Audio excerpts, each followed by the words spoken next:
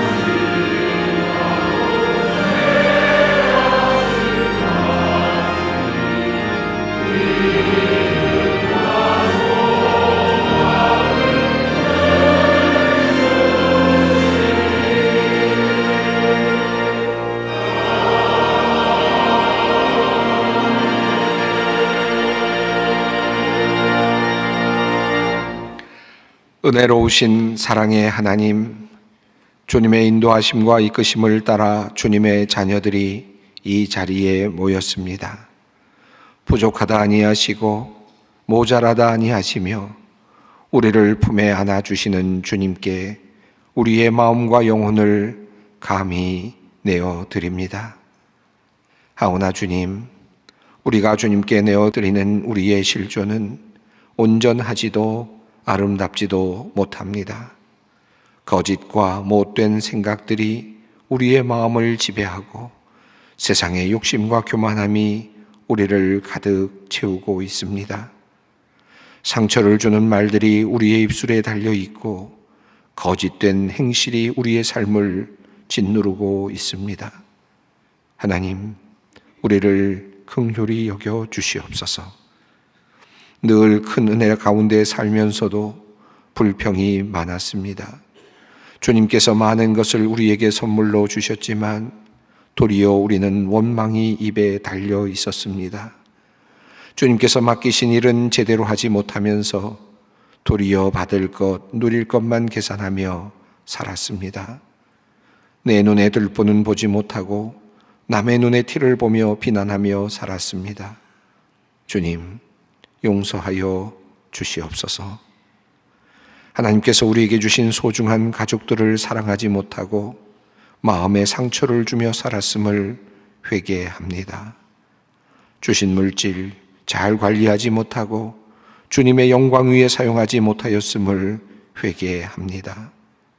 주신 건강 주님의 일 사용하기보다 욕망과 정욕을 위한 일에 낭비하였음을 회개합니다.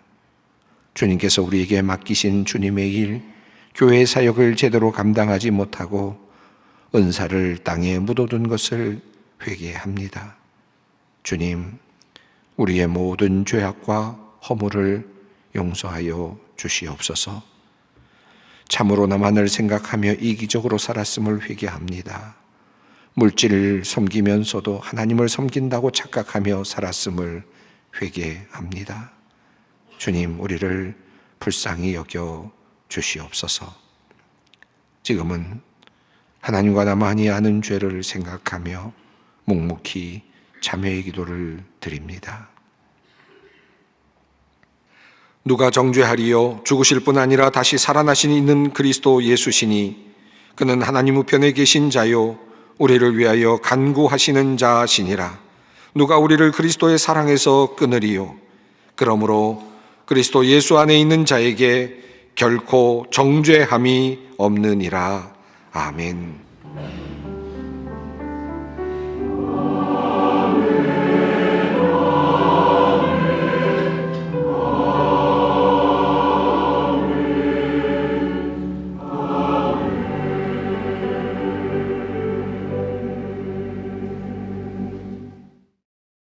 오늘 우리에게 주시는 하나님의 말씀은 신약성경 고린도전서 15장 3절로 8절 말씀입니다.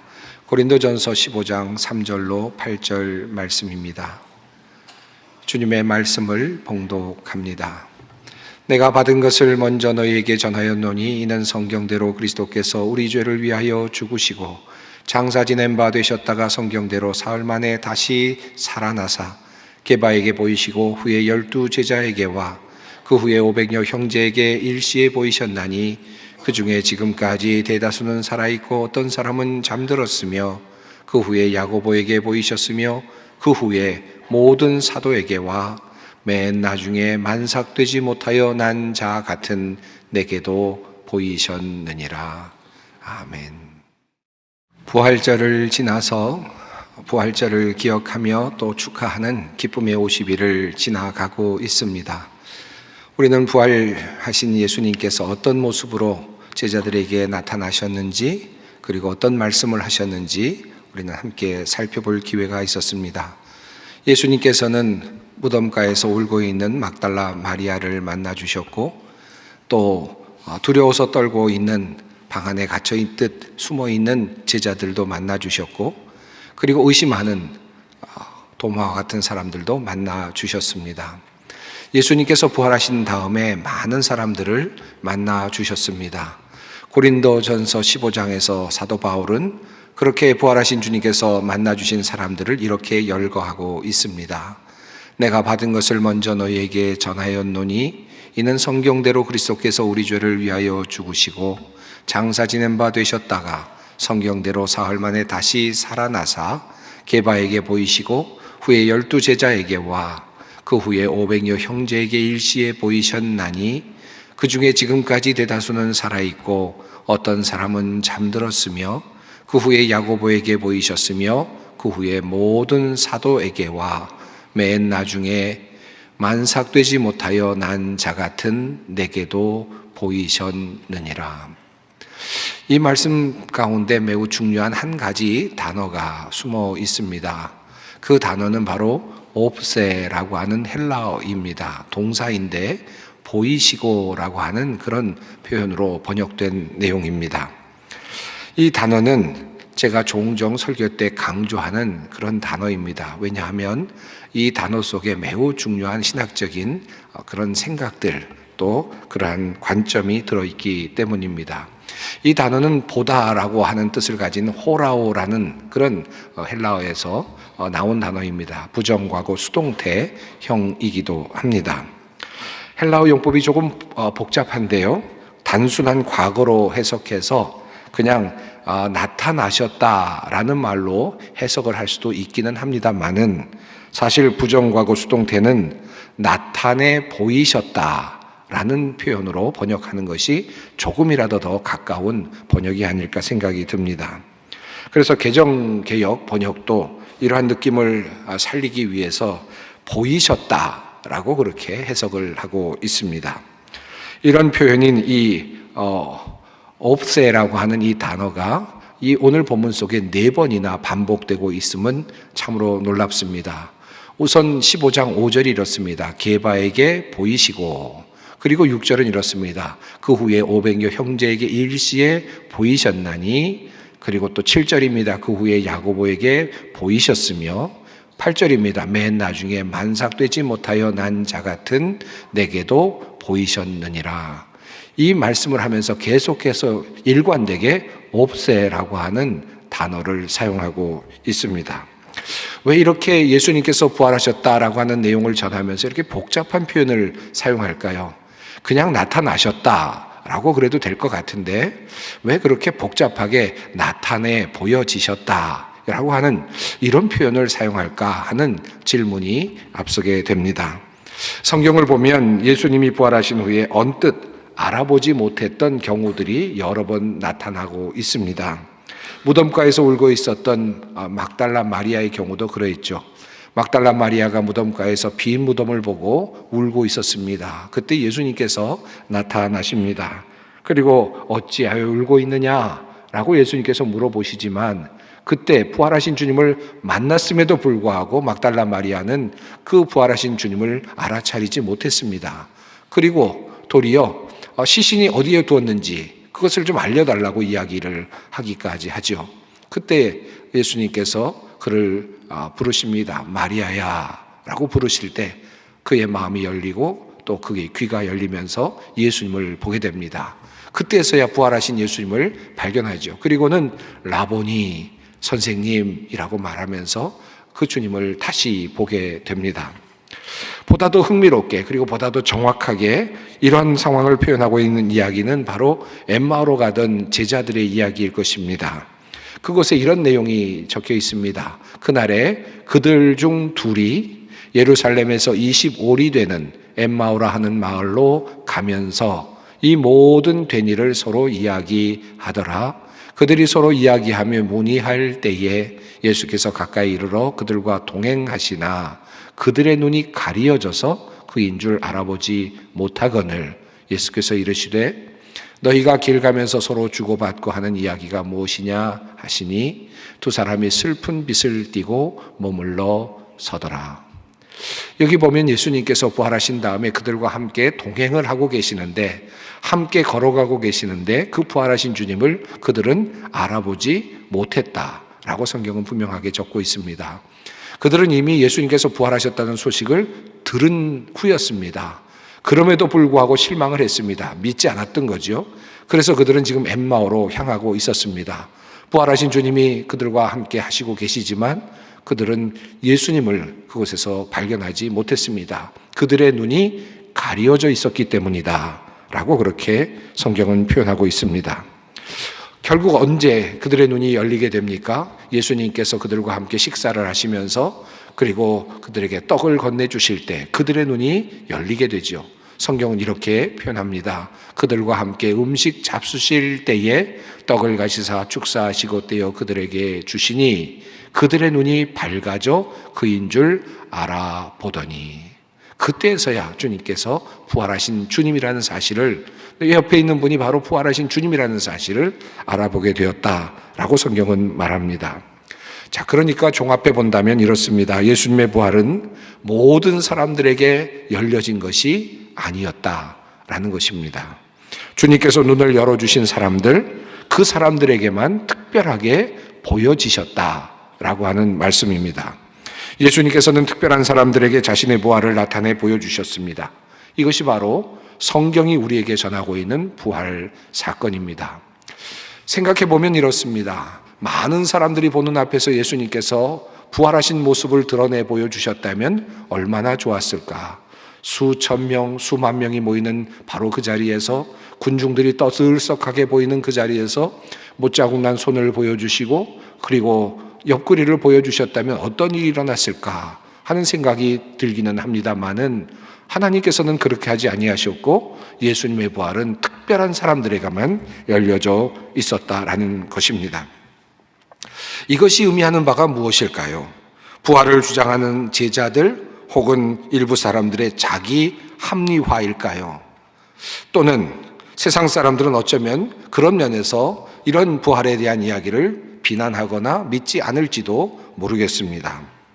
사실 이 문제에 대한 답을 찾기 위해서는 본다라고 하는 의미가 무엇인지를 조금 더 깊이 생각해 볼 필요가 있습니다. 우리가 새벽 기도회 시간에 읽어가고 있는 마가복음은 눈이 밝아져서 보게 되는 이야기를 의도적으로 배열하면서 우리에게 큰 영적인 교훈을 주고 있습니다. 이미 새벽 기도 시간에 함께 성경 말씀을 읽어 가시는 분들은 어느 정도 이해를 하실 줄 압니다만은 그렇지 않은 분들을 위해서 조금 설명을 드려보려고 합니다. 마가복음은 예수님의 공생애로부터 시작이 되죠. 그리고 세례 요한으로부터 예수님께서 세례를 받으시고 그리고 40일간 금식하신 후에 세례 요한이 잡혀 들어가게 되면서부터 이제 예수님의 공적 생애가 시작됩니다. 때가 찼고 하나님의 나라가 가까웠으니 회개하고 복음을 믿으라 예수님께서 말씀하시면서 제자들을 찾아 나서셨습니다. 베드로를 선택하셨고 안드레를 선택하셨고 그리고 세베대 아들 야고보와 요한도 선택하셨습니다. 그리고 많은 제자들을 이제 한 사람씩 한 사람씩 불러내셨습니다. 그리고 예수님께서는 그들에게 예수님이 누구이신지를 가르쳐 주시기 시작하셨습니다. 내가 누구인가? 내가 과연 어떤 존재인가를 제자들로 하여금 알아차릴 수 있도록 여러 가지 방법으로 사건을 통해서 말씀을 통해서 알려주셨습니다. 성경은 그 사실을 우리에게 적고 있죠. 마가복음 1장은 나병 환자를 깨끗하게 고쳐주시는 이야기를 적고 있습니다. 2장에서는 예수님께서 중풍병자를 고치시죠. 그리고 말씀하시기를 내가 너의 죄를 사하였다라고 말씀하심으로써 죄를 사하시는 능력이 있으신 것을 예수님께서는 직접 보여주셨습니다. 3장에서는 손 마른 사람을 고쳐주셨습니다. 그리고 4장에서는 여러 가지 비유로 능력의 가르치심을 보여주셨고 또 바다를 잔잔케 하시는 놀라운 기적도 보여주셨습니다. 5장에서는 귀신 들린 사람에게 귀신을 쫓아내셨고 죽은 야이로의 딸을 살려내셨고 12해를 혈루증으로 앓고 있었던 여인을 고쳐주셨습니다. 6장에서 5천 명을 먹이시는 기적을 보여주셨고 또 바다 위를 걸어가시는 기적을 제자들에게 특별하게 보여주셨습니다. 7장에서 수로보니게 여인의 딸에게서 귀신을 내어 쫓으셨고 그리고 귀먹고 말 더듬는 사람을 고쳐주셨습니다. 8장에서 다시 4천 명을 먹이시는 그와 같은 이적을 보여주셨습니다. 이와 같은 이적들이 계속해서 진행이 되죠. 그리고 8장 중간 부분쯤에 벳세다의 맹인을 고치시는 첫 번째 기적의 사건이 나타나고 있습니다. 이런 흐름 속에서 이 자리는 굉장히 중요한 위치를 차지하고 있습니다. 그런데 여기서 굉장히 중요한 한 가지 특징이 있는데 그것은 맹인을 고치시는 예수님의 모습이 다른 곳에서와는 사뭇 다르다는 것입니다. 예수님께서 맹인을 고쳐주시는데 그를 보게 해주시는데 단번에 고쳐주신 것이 아니라 두 번에 걸쳐서 나누어서 고쳐주시는 것입니다. 우선 예수님께서는 마을 밖으로 그를 데리고 가셔서 그의 눈에 침을 뱉으시고 그에게 안수하시고 무엇이 보이느냐 물으십니다. 그때 그가 이렇게 대답합니다. 사람들이 보이나이다. 나무 같은 것들이 걸어가는 것을 보나이다. 확실하게 보이지 않는 그런 표현을 하고 있습니다. 그러자 예수님께서는 다시 그를 향하여 안수를 하셨다고 합니다. 그때 모든 것이 밝히 보게 되었다고 성경은 우리에게 증언하고 있습니다. 도대체 왜 이렇게 예수님께서는 두 번에 걸쳐서 기적을 보여주셨을까 하는 생각이 듭니다. 예수님께서 능력이 없어서 그러셨을까? 또 보게 하는 것에는 특별히 두 번의 단계가 필요해서 그랬을까? 아마도 그것은 아닐 것 같습니다. 예수님께서는 어쩌면 이 사건을 통해서 무엇인가 말씀하시기를 원하시는 의도가 있지 않았을까 생각이 드는 것입니다. 두 번에 걸쳐서 주님께서 맹인의 눈을 열어주시는 아주 특별한 치유의 장면이 있습니다. 그런데 이 장면이 성경학자들에 의하면 이 장면이 매우 중요하다고 말합니다. 왜냐하면 마가복음을 둘로 나눌 때 1장부터 8장까지를 나누고 8장 이후부터 또 마지막 장까지를 나눌 때 그 중간에 매우 중요한 변곡점이 되는 사건이 바로 맹인을 치유하는 바로 이 사건이라고 성경학자들은 이야기를 합니다. 왜 그럴까요? 앞서 있는 내용과 뒤에 있는 내용이 많이 다르기 때문입니다. 첫 번째 앞서 있는 1장부터 8장까지 내용은 예수님께서 갈릴리에서 활동하시는 내용이고 8장 이후부터는 예루살렘을 향하여 가시는 내용으로 되어 있습니다. 앞서 있는 갈릴리에서의 내용은 예수님께서 놀라운 사역들을 해 나가시면서 죽은 자를 살리시고 병든 자를 고치시고 귀신 들린 자들을 내어 쫓으시는 기적적이고 능력 있는 놀라운 역사들을 일으키시는 장면으로 가득 차 있습니다. 그런데 8장 이후에는 그런 내용들이 거의 없습니다.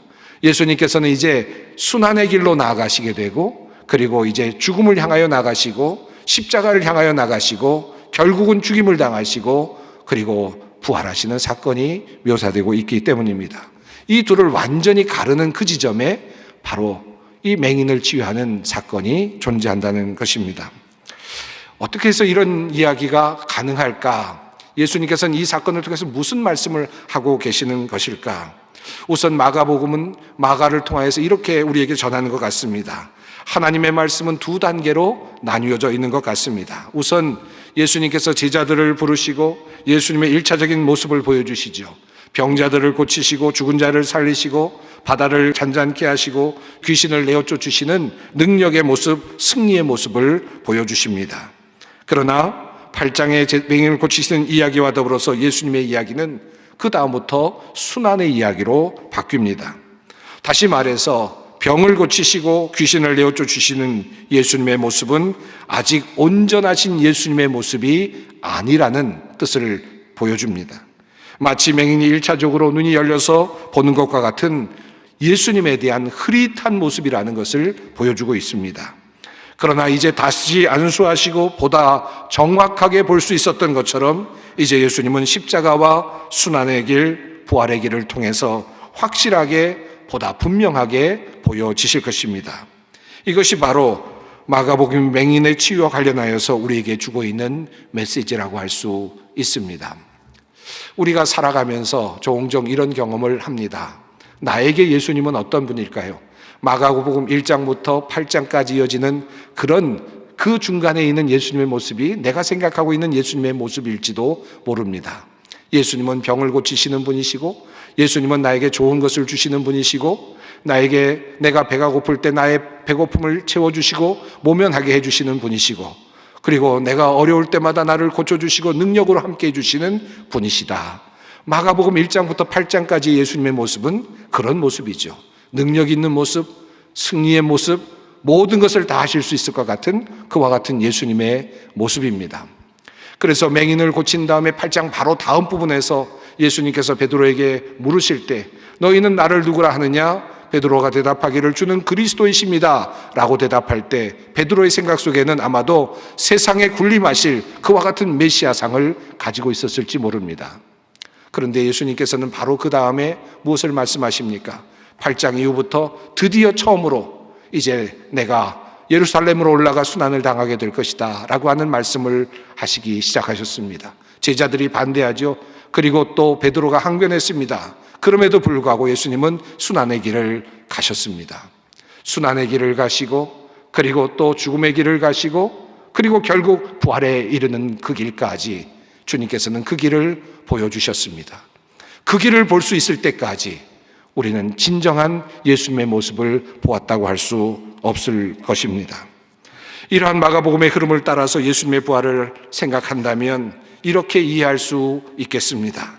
예수님께서 이 땅에 오셔서 놀라운 일을 행하신 것을 본 사람들은 참으로 많습니다. 병든 자를 고치시고 귀신 들린 자를 내어 쫓으시는 그와 같은 놀라운 일들을 본 사람들은 꽤 많죠.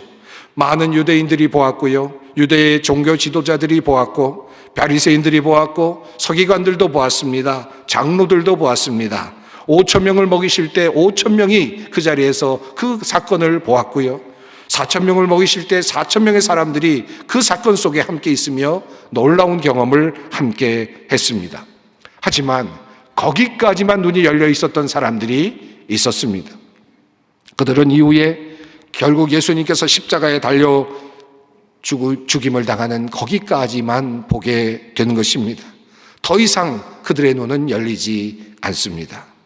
무언가 큰 일을 할 것 같았던 예수였습니다. 큰 능력을 가지고 이 땅에 온 것 같은 예수였습니다. 나에게 무언가 큰 것을 줄 수 있는 것 같은 예수의 모습이었습니다. 그런데 그 예수가 그만 십자가에 달려 죽고 말았습니다.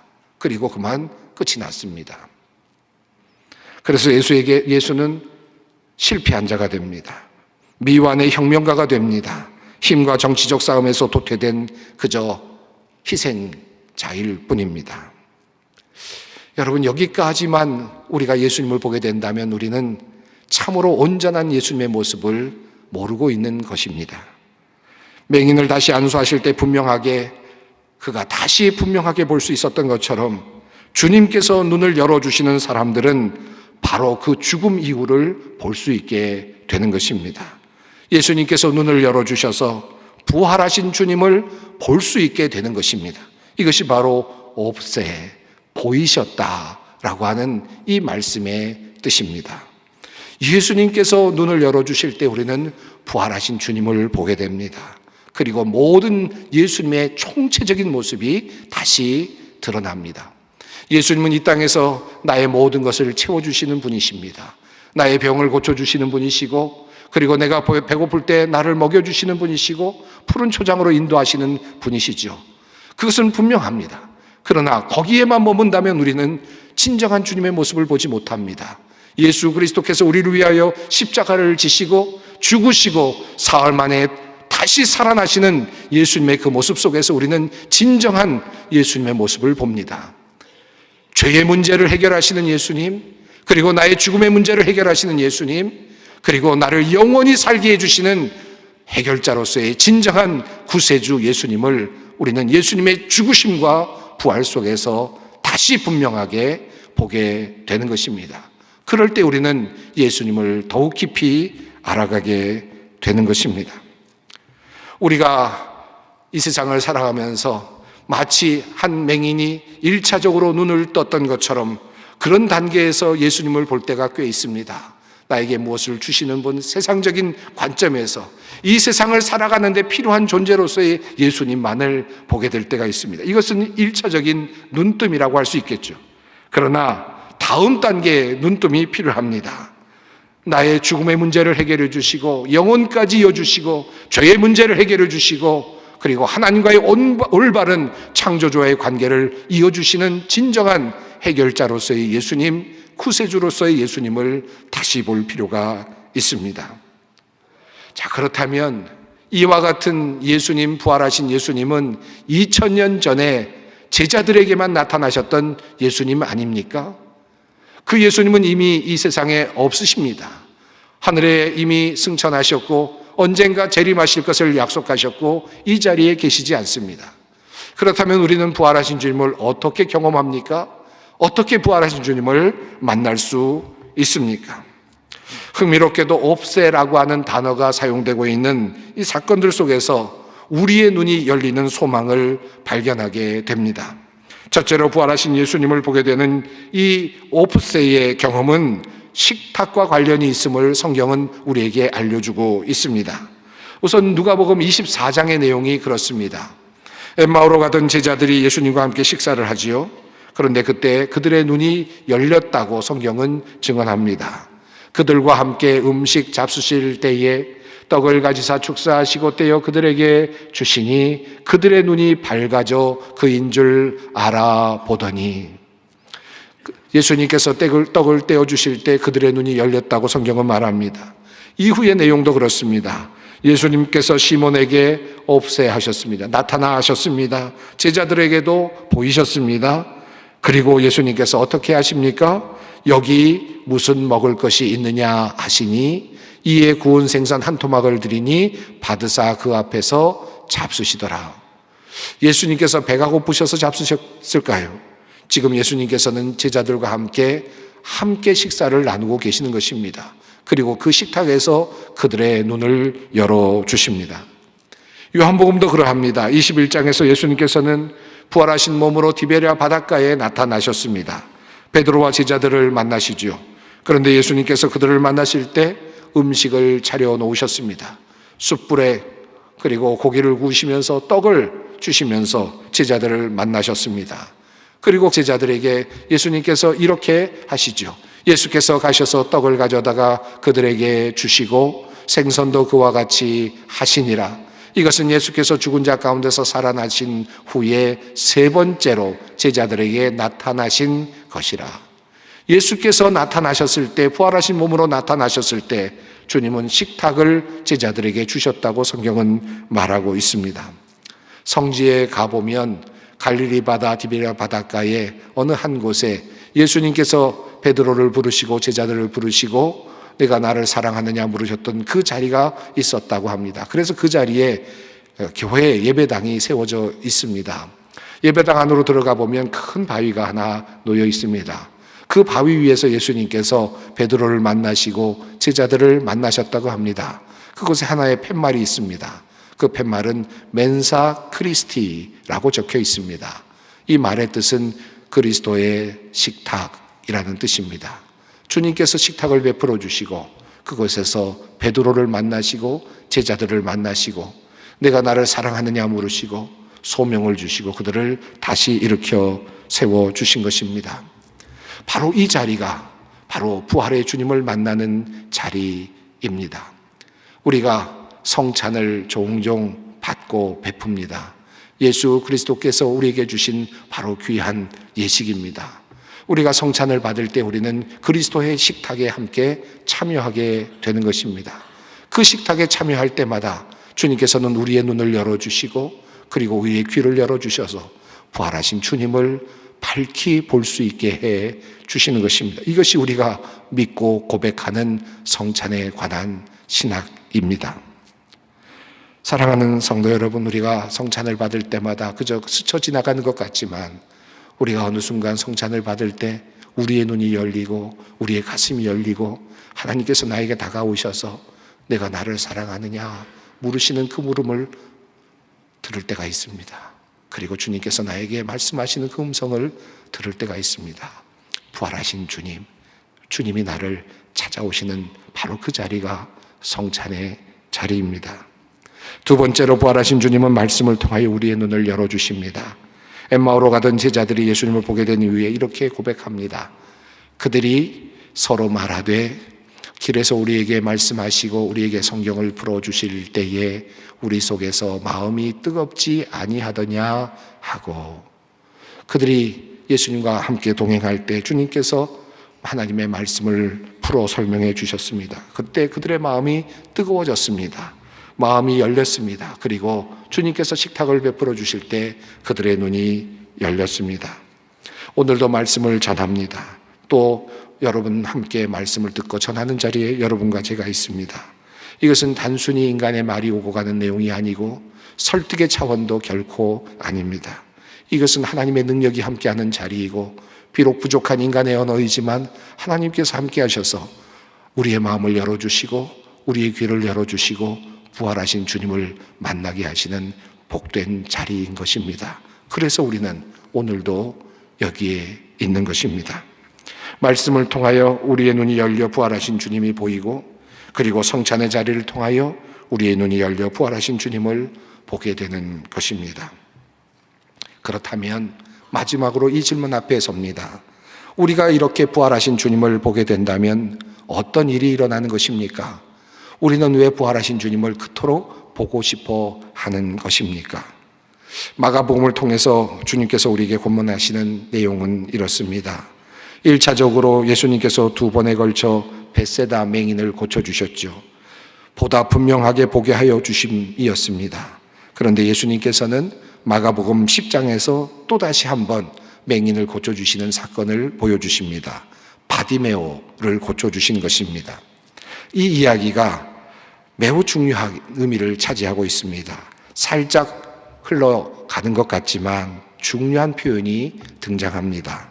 그가 곧 보게 되어 예수를 길에서 따르니라. 앞서 있었던 맹인의 이야기는 예수님과 모든 사물들이 잘 보이지 않았다가 두 번째로 보다도 분명하게 보였다라는 데까지 이릅니다.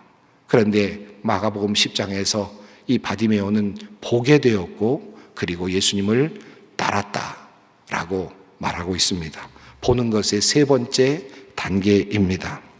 보게 된 후에 예수님을 따랐습니다. 예수님은 지금 순환의 길로 가고 계셨습니다.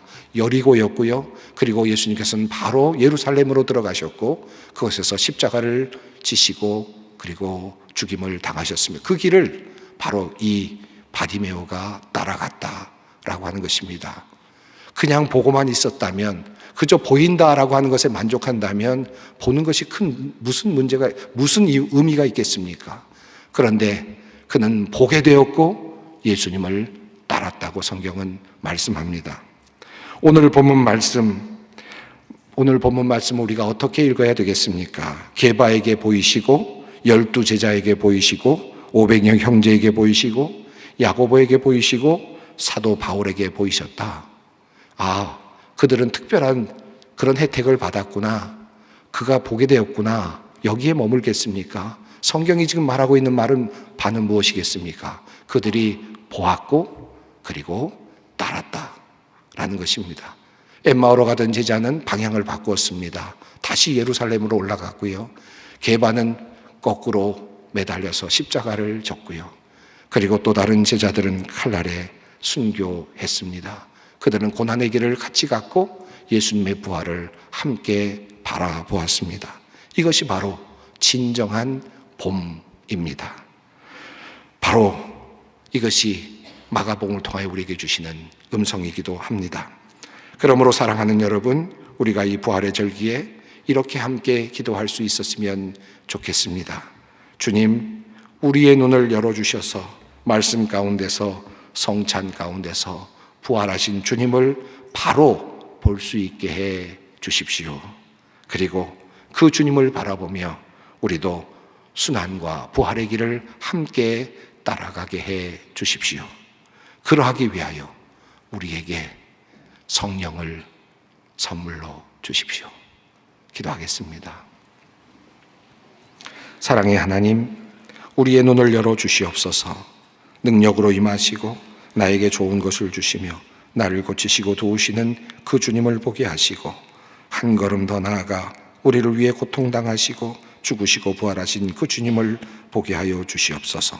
그리고 그 걸음을 따라 주님을 따라가게 하옵소서. 예수님의 이름으로 기도드립니다. 아멘. 영원한 언약의 피를 흘려서 양들의 위대한 목자가 되신 우리 주 예수를 죽은 사람들 가운데서 이끌어내신 평화의 하나님이 여러분을 온갖 좋은 일에 어울리게 다듬질해 주셔서 주님의 뜻을 행하게 해 주시기를 빕니다. 또 하나님께서 예수 그리스도로 말미암아 우리 가운데 주께서 기뻐하시는 바를 이루시기를 빕니다. 우리 주 예수 그리스도의 은혜와 하나님의 사랑과 성령의 교통하심이 너희 무리와 함께 있을지어다. 아멘.